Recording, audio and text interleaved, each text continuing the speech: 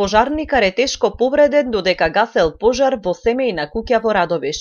Синоќа пожарникарот заедно со екипата на територијалната противпожарна единица Радовиш интервенирал во локализирање на пожар на улица Партизанска при што ја скршил ногата.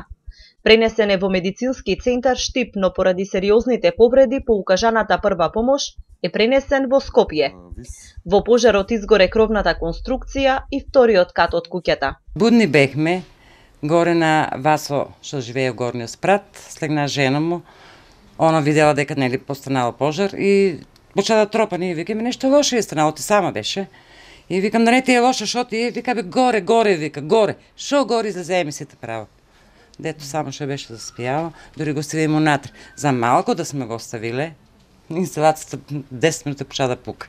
Поврна се знајата за маго и изнесеме ги вонка. Кога излеговме, веќе пожарот беше зафатен, неки инсталацијата и почна инсталацијата пукна.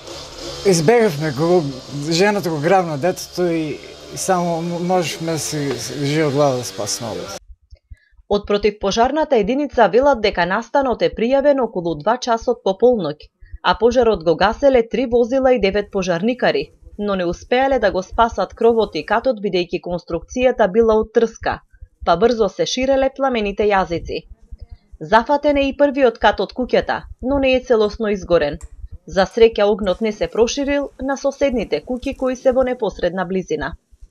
Причините за пожарот дополнително ќе се утврдуваат.